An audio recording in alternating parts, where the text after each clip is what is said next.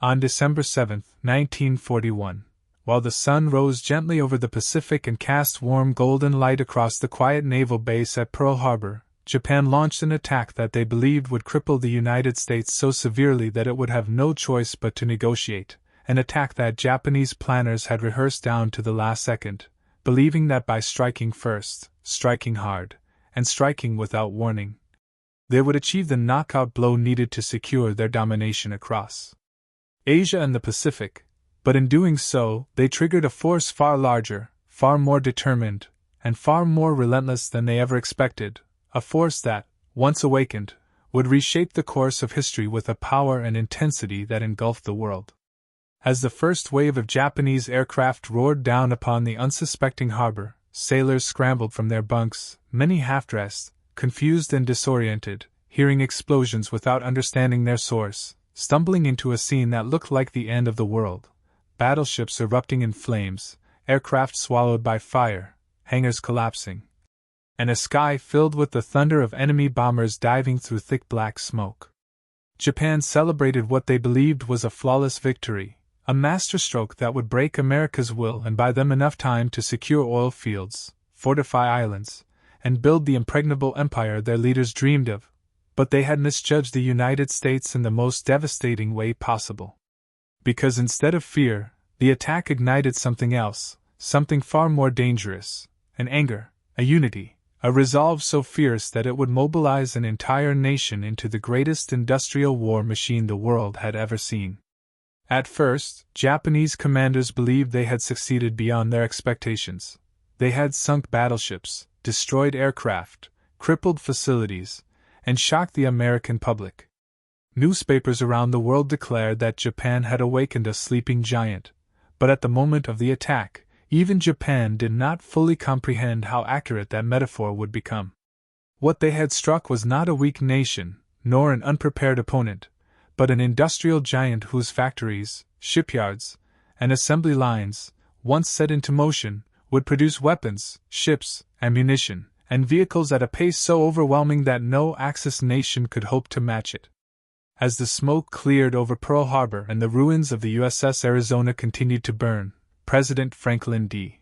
Roosevelt delivered his famous Day of Infamy speech, and the United States shifted overnight from a country divided by isolationist debates into one unified by a purpose that cut deeper than politics, deeper than ideology, deeper even than patriotism. It became a mission to ensure that such a betrayal, such an attack, would never happen again. America's industrial might surged to life with a roar, and factories that once built cars and household appliances were transformed into war production lines that operated day and night without pause.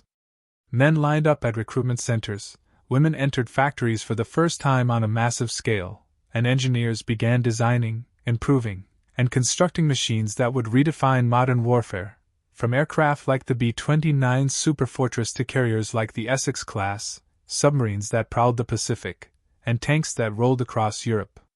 Japan watched with growing unease as reports filtered in. America was not slowing down, not negotiating, not hesitating, they were accelerating. By the end of 1942, the United States had produced more aircraft than Japan could hope to replace in years. By 1943, American shipyards were launching more tonnage every month than Japan could build in an entire year. By 1944, the Pacific had become an American battleground, one Japan once dominated but now struggled desperately to hold. Japan had expected a quick war. Instead, they faced a relentless juggernaut fueled by anger and united by loss. Japanese strategists realized their mistake too late. They believed the attack would demoralize Americans, but instead it fused them together in a shared national purpose, transforming citizens into soldiers, mechanics, welders, pilots, nurses, and commanders who all moved in the same direction, toward victory. The carriers Japan failed to destroy at Pearl Harbor, the USS Enterprise, USS Lexington, and USS Saratoga, became the core of the fleet that pushed back across the Pacific, winning battles at Coral Sea, Midway, and Guadalcanal. At Midway, codebreakers at Station Hypo turned intelligence into a decisive advantage, allowing American pilots to strike Japanese carriers with precision that shocked the Imperial Navy. Japan lost 4 carriers in one day, a blow they could never recover from, and suddenly the empire that had spread so quickly across the Pacific began to shrink. Island by island, mile by mile, the United States advanced, building airfields, establishing bases, and tightening a noose around Japan. As the months turned into years, American factories continued their relentless output. Liberty ships rolled off assembly lines every few days. Aircraft carriers multiplied. Pilots trained in vast numbers. Submarines cut off Japanese supply routes, strangling their economy and isolating their soldiers. Japan had underestimated the American spirit, but they had also underestimated American technology. New radars, new bomb sights, new aircraft engines, new artillery designs, every innovation widened the gap between the two nations. By 1944, the skies over the Pacific belonged to the United States. B-29 bombers launched from captured islands reached the Japanese mainland, and suddenly the war that once seemed so distant arrived over Tokyo. Japanese leaders, who had once celebrated the attack on Pearl Harbor as their moment of triumph, now watched their cities burn, their fleets sink, their resources dwindle, and their hopes disappear. The nation that they believed would retreat, the nation they believed lacked the will to fight, had instead become their worst nightmare. By the time American Marines planted the flag atop Mount Suribachi on Iwo Jima, Japan finally understood the full cost of their miscalculation.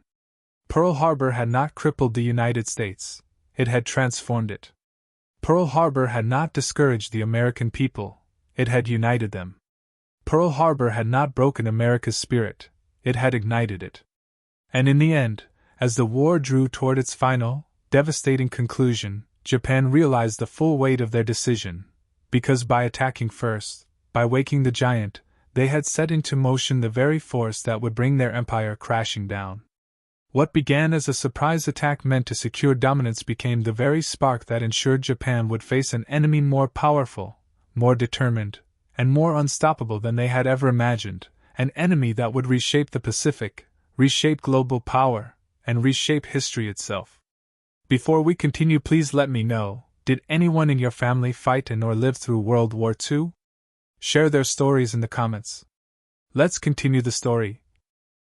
After the flames of Pearl Harbor settled into smoldering wreckage and the echoes of the attack faded into a silence heavy with loss, the United States, still reeling, still mourning, shifted into a phase of transformation so enormous that even Japan could not have imagined the scale of change it had just set in motion, because the attack did not simply awaken a giant, it redirected the entire industrial, military, and emotional power of a continent toward one purpose: victory at any cost. Across America, the first waves of mobilization swept through cities and towns with a force that felt almost tidal. Young men who had never left their hometowns lined up in front of recruitment stations in staggering numbers. Factories that once produced commercial goods were converted into round-the-clock war plants. And shipyards that had been quiet suddenly roared with life as sparks from welding torches lit up the night like bursts of battlefield fire. Women stepped into roles they had never been allowed to hold, mastering machinery, riveting steel, assembling engines, and proving that American industry did not have limits. It only needed motivation, and Japan had provided it. Meanwhile, deep within the Imperial Japanese Navy, commanders watched with growing unease as American production, once underestimated and dismissed, began pouring into the Pacific like a rising flood. The ships Japan believed would take years to replace were being constructed in months. The aircraft they hoped to keep up with were being manufactured in thousands. The pilots they once believed inexperienced were now trained through streamlined programs that turned recruits into skilled aviators with unprecedented speed. And while Japan fortified its positions across the Pacific, from Rabaul to the Solomons, from the Gilberts to the Marianas, the United States began developing an operational strategy unlike anything Japan had prepared for: island hopping. Instead of fighting every enemy stronghold head-on, American planners chose to bypass the most fortified islands, cutting off their supply lines, isolating their troops, and leaving them to wither in silence. Each bypassed garrison became a stranded force slowly starving, slowly realizing the empire they fought for could no longer protect them. Japanese soldiers wrote in their diaries about dwindling ammunition, empty stomachs, and skies filled with enemy aircraft that seemed to appear in endless waves. They could feel the empire shrinking from beneath their boots. Japan's nightmare deepened when American submarines, once plagued by faulty torpedoes and poor coordination, suddenly became some of the deadliest hunters in the Pacific, sinking Japanese merchant ships, tankers, transport vessels, and even warships with a ruthless efficiency that choked Japan's lifeline to the resources it needed for survival. Oil shipments from the Dutch East Indies, once the backbone of Japan's war machine, dropped to a trickle. Without fuel, the mighty Japanese fleet that had once threatened the Pacific became an armada trapped in its own harbors. But perhaps the most devastating blow to Japan's hopes came from the air, the arrival of the B-29 Superfortress, the most advanced bomber of its time, capable of flying higher, farther, and carrying more destruction than any aircraft Japan had ever faced. When the first formations of B-29s lifted off from bases in the Marianas, Japanese radar operators watched their screens with disbelief, knowing that for the first time in the war, their homeland lay fully within the reach of American bombers. Tokyo, which once believed distance would protect it, now found its skies filled with engines that sounded like rolling thunder as waves of B-29s soared overhead, dropping bombs that turned entire districts into infernos. Civilians huddled in shelters, staring at the destruction and asking themselves what their leaders had awakened on that December morning in Hawaii. Meanwhile, American Marines and soldiers fought brutal campaigns on islands like Tarawa, Saipan, Peleliu, and Okinawa, learning firsthand the ferocity of Japanese resistance, but still advancing inexorably, determinedly, mile by mile, driven by the memory of Pearl Harbor and fueled by the industrial might that Japan could no longer match. Every victory brought American forces closer to Japan, and every island captured tightened the noose around the empire's throat. By late 1944, Japan's leaders held desperate meetings inside underground bunkers, debating strategies, arguing over dwindling supplies, and receiving reports that painted a future darker than they were willing to admit. Their navy was shattered, their air force depleted, their soldiers starving on distant islands, and their ability to produce weapons crippled by lack of resources. Yet even in the face of overwhelming odds, Japan refused to surrender, believing that the United States, despite its strength, would hesitate when faced with the prospect of invading the Japanese mainland. But American planners were already considering a far more devastating option, one that had emerged from laboratories and secret facilities across the country, a weapon more powerful than anything humanity had ever created. And as American scientists edged closer to unlocking the power of the atom, Japan found itself running out of time, trapped in a war it had started but could no longer steer, realizing too late that the blow they had struck at Pearl Harbor had not weakened their enemy. It had forged their destroyer. If you already watched till this part, so please comment below your city name. Let's continue the story.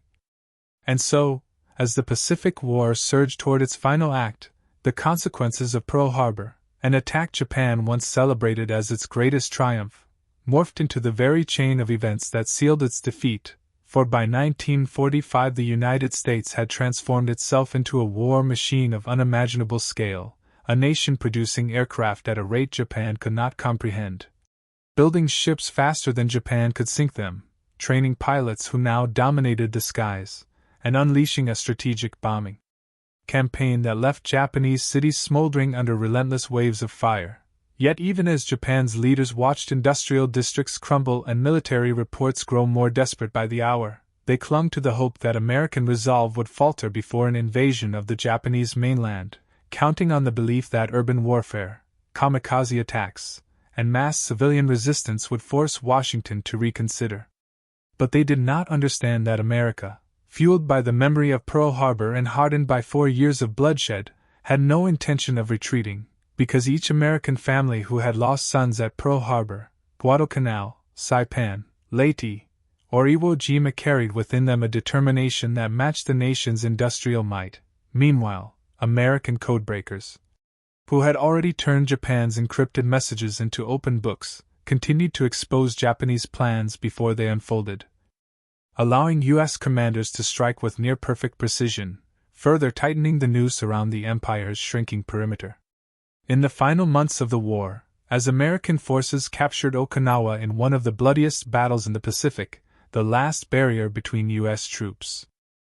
And the Japanese homeland fell, leaving Japan cornered, exhausted, starved of fuel, choked by submarine blockades, and increasingly aware that their once mighty empire now existed only on maps drawn before 1942. Inside Tokyo, Prime Minister Suzuki and his advisors debated surrender in whispers, fearing the wrath of military hardliners who vowed to fight until the last breath. While Emperor Hirohito listened silently as generals insisted they could still inflict enough casualties to force a negotiated peace, even though Japan's cities lay in ruins, its factories silent, its once dominant air force reduced to kamikaze units, flying outdated aircraft held together by desperation and wire. But America, standing on the brink of an invasion that promised catastrophic casualties on both sides, chose a different path, one forged in secrecy beneath the laboratories of Los Alamos, where scientists had harnessed the raw power of the atom to create a weapon that dwarfed every bomb dropped before it, a weapon so devastating the world had no way to measure its destructive potential until August 6, 1945.